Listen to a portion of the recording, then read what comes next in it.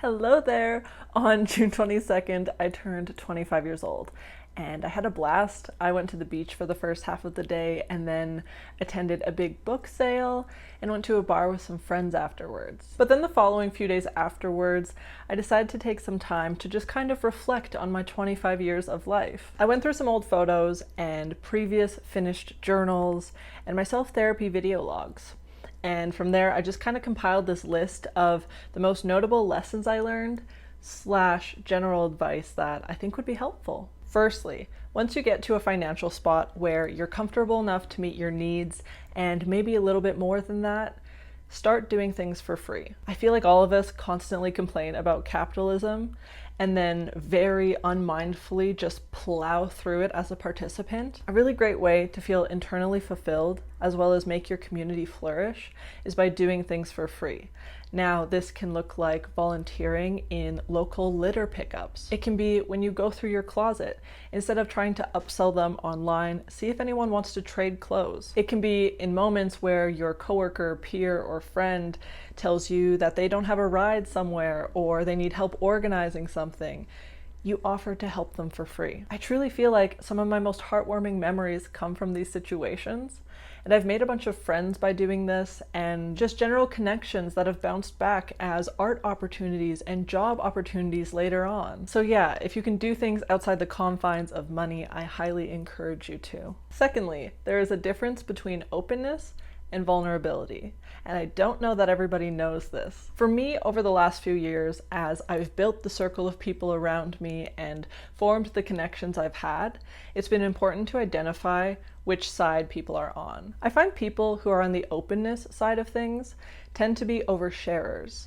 They trauma dump a bit more, and when it comes to talkativeness, it is unreciprocated between us. Whereas people who are genuinely vulnerable tend to be patient conversationalists. And when we talk and share stories, it's very reciprocated and on the same level. The third thing is to dance more. It's pretty short and sweet, but when I was younger, I used to feel very embarrassed by basically moving my body, whether that was in public or with friends.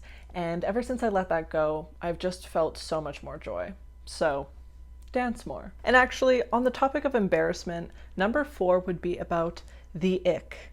Honestly, the ick isn't cute, and it's just another way to say you find something cringy. It bothers me a lot. I really don't like seeing these videos and pictures on the internet where they show someone doing anything, any human thing, and say, this is my new ick. Half the time, these are about strangers that people don't even know, and it just comes across as really judgmental.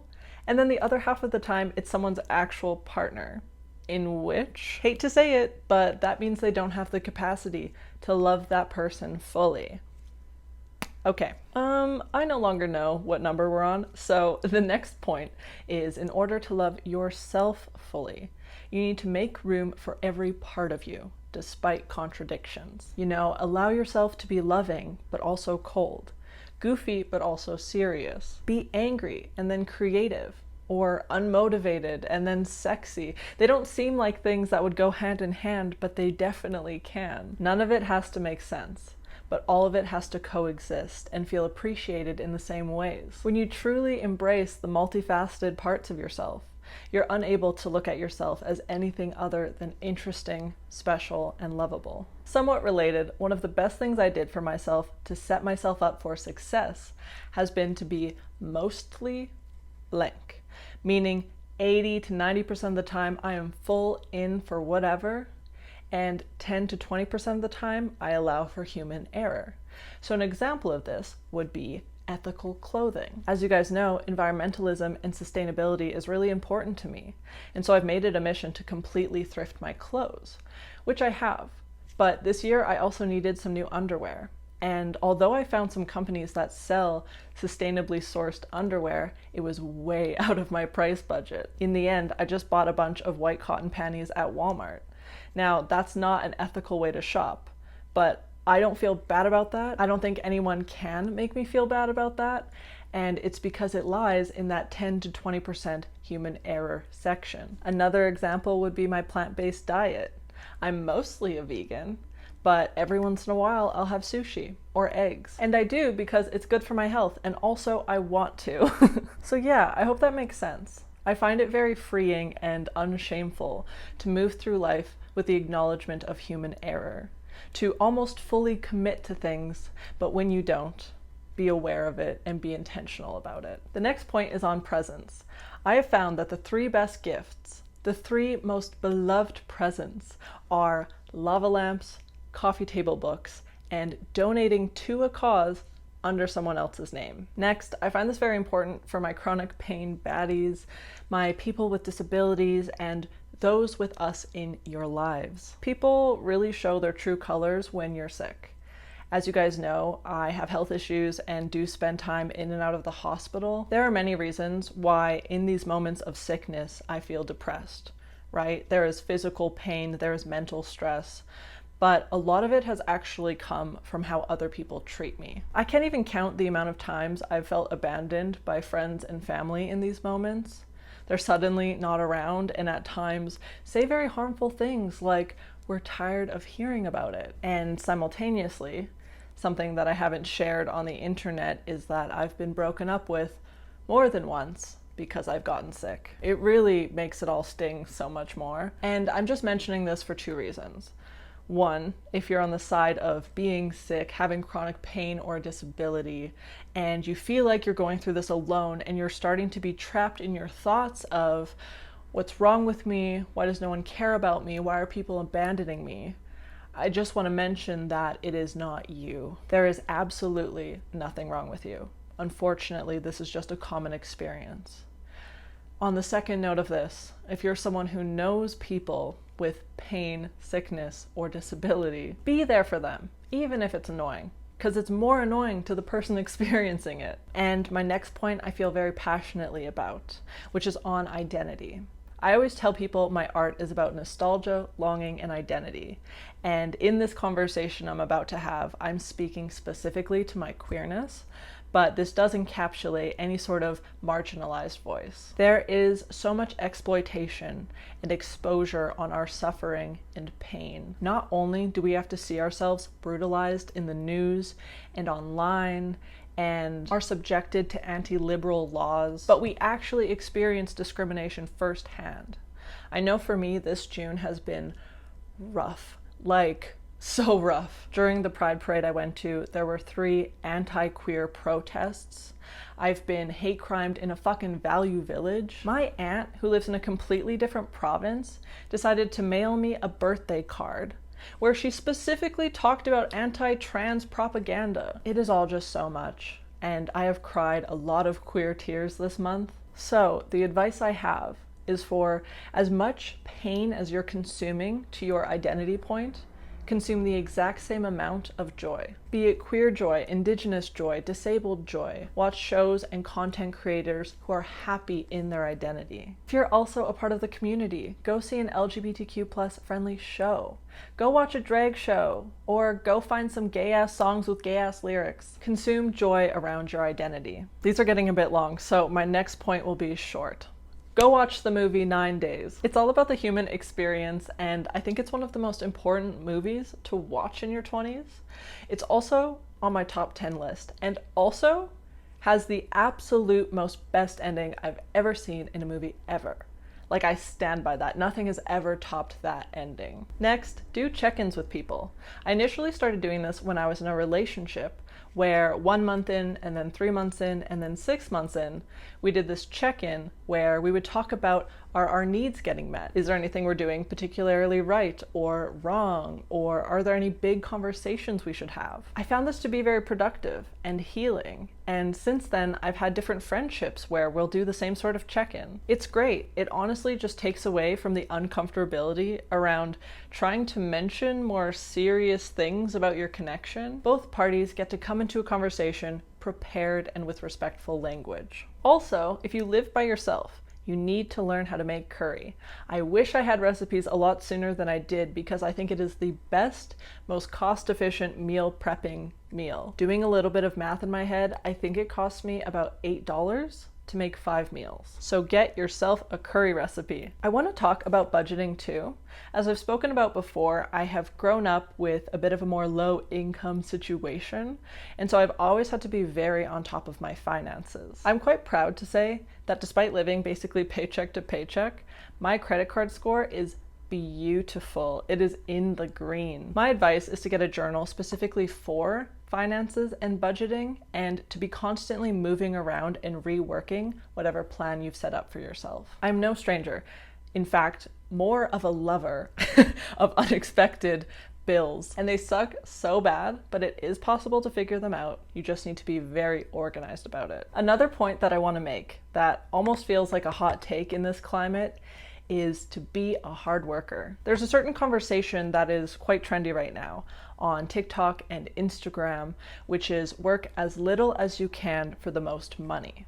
You know, capitalism really exhausts us. So ultimately, why are we working so hard? We shouldn't give that to the system, the corporations, and so on. Now, although I do agree with not overextending yourself, I do not love the notion of not being a hard worker. If no one in the world properly learns how to do their job or fully commit to their practice, we are all going to be so angry and frustrated all the time. Like, I'm sure you have an example of your own when you went to some workplace to buy something, interact with something, and it was just struggle after struggle, mistake after mistake. We don't want that. We don't want to live in a world like that. As well, being a hard worker will reward you. When I reflect back to the jobs I've had, I'm able to use my hard work and my results as reasons to get pay raises. Not only that, work more directly with leaders and bosses to enforce internal changes, and also make friends. People like those who are dedicated. So I want to throw it out there. I don't love this whole slide by in every job. There's ways to be a hard worker and have a lot of fun and reap a lot of rewards. Also kind of related to that, you need to be an optimistic person. I feel like when you're a teenager, it's almost inevitable to have phases of pessimism. Like, we all know that being a teenager is overall quite an intense roller coaster sort of shit show. But as you grow and morph into an adult, if you hold on to that sort of pessimistic mindset, like, you're really just not going to be living a fulfilling life. I personally grew up in a very pessimistic environment.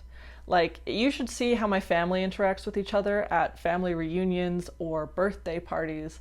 All of their conversations are just complaining about things. I also used to have friends who were legitimately mean people. And then you mix all that with a good, healthy, strong dose of depression, and it created a little pessimistic Nicole. Now, it took a lot of internal stretching to get out of that, mainly by looking for the silver linings of everything, of the people around me, the environments I was in, just constantly trying to find at least one good thing about whatever situation was happening. And in turn, that started making me a more grateful person, just kind of unconsciously practicing gratitude. And then that, in turn, made me seek out more positive people and consume more positive creators and media. And then suddenly, my whole life felt so much lighter. And you know, I do still have depression, and I do still have some horrible days, but I am a happy person now. I am an optimistic thinker, and I love that about myself, because I feel so much better and I can move through this world impacting it a lot more positively. So yeah, if you feel as though you're a pessimistic person, I would personally work to kind of switch that around a little bit. My next piece of advice, which I do get teased for, the block button is your friend. I'm not gonna lie, I am trigger happy with that block button. I've just had too many situations where exes reach out to me months after a breakup, or toxic coworkers or ex-roommates are trying to start something, or just like strangers being homophobic to me online. I have all of them blocked. And ever since my initial blocking spree, my peace, oh my God, I feel serene and cleansed of their evil. So don't feel bad. If you're thinking about blocking someone, just do it. Also, have crushes. Crushes are wondrous and harmless so long as you're not doing anything weird. I love me a good crush, and every once in a while I hear people say they feel bad about having one, especially if they know it's not going anywhere. Just have fun with it. Just have those giddy feelings. Embrace your inner love dove. It's okay. Okay, so the next point I have mentioned before in an older video of mine called something to do with lessons I learned since being in therapy for a year. And so this point is self-care isn't a reward for working hard or being productive. It is just necessary. There are too many people that do self-care wrong. It's almost as a way to recover from something rather than just maintain a healthy mental health state. I feel very strongly about that, so I wanted to mention it again. If you want to see all the other things I learned in therapy though, go watch that video. Oh, and on the topic of therapy, I think everyone should go at least once at some point in their life. Now, if you're not in a position to do that right now, I would recommend doing self-therapy, which is what I do now. Essentially, I prop up my phone somewhere and record myself for about an hour, just kind of spewing a stream of consciousness. I will talk about either how my week has went or more serious issues that might have been weighing on me. I find it so extremely helpful, especially because right now I'm not in a place where I'm financially set up to go to therapy, but it still allows me to process and deal with a lot of things happening in my life. And also, I have this cute little backlog of videos that later in life I can look back on, almost as a visual diary entry. So another thing I want to mention is on the why of a situation. So what I mean by that is, let's say something has occurred and you're trying to make sense of the outcome. You start asking yourself things like, if I would have said something differently, would something different occur? Was the timing off? Did this person's personal life affect what was going on? 9 times out of 10, the answer lies in your variables. The answer is yes, all of the above. I feel like it's pretty safe to say that we know life is not black and white. It's not generally one thing or the other. But I find in these situations of overthinking, our brains almost wish it was. We want something concrete to blame or fixate on. But generally, there's a lot of little variables that contribute to our outcomes. They don't always weigh the same. Some things will be little contributors and other things will be huge factors. But I'm mentioning this because I have found that it's really put my mind at ease when it's come to somewhat chaotic workplace situations or breakups or whatever sort of thing just didn't end with a clean bow on it. Additionally, another point I'd like to make is the experience of finding a favorite writer. Someone who you go through every single work they have. You watch all of their interviews or find whatever stories they've told online. That experience is so magical. And I only came into my own about a year ago, maybe 2. I don't know, it is different than a celebrity, a musician, an artist. I recommend it as best I can. I also feel like finding your favorite writer is something that kind of just falls into your life, but I wanted to mention it nonetheless. Also, fun times, my phone is almost dead, so I'm going to speed through the last few points. I think we have 3 or 4. A fun activity that you must play with your friends is what blank am I? So a couple of my favorites is what color am I? I asked a bunch of my friends this and then basically created this paint palette of colors that my friends saw me as. And I am obsessed with it, especially because 90% of them had very similar hues. Another one of those questions would be, what animal would I be? I feel like there's underlying subtle psychology things behind all of these. You could look into them if you want, but regardless, it is just a fun activity, and I think you should throw those questions at your friends. Also, go on Google and find a values list. I know Brené Brown has one, along with a variety of different psychologists. They can all differ a little bit, but overall, values lists should have similar things on them. There's a few reasons why this list is important.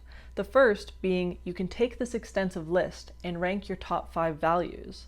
From there, you can reflect on them.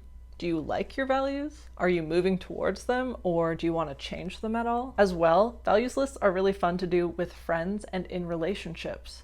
It's interesting to see how you two differ, and I also find, just from experience, your top value should be the same as whoever you're dating. Next, and related, I could scream this from the rooftops, don't chalk your values down to opinions. Opinions are homed in the head.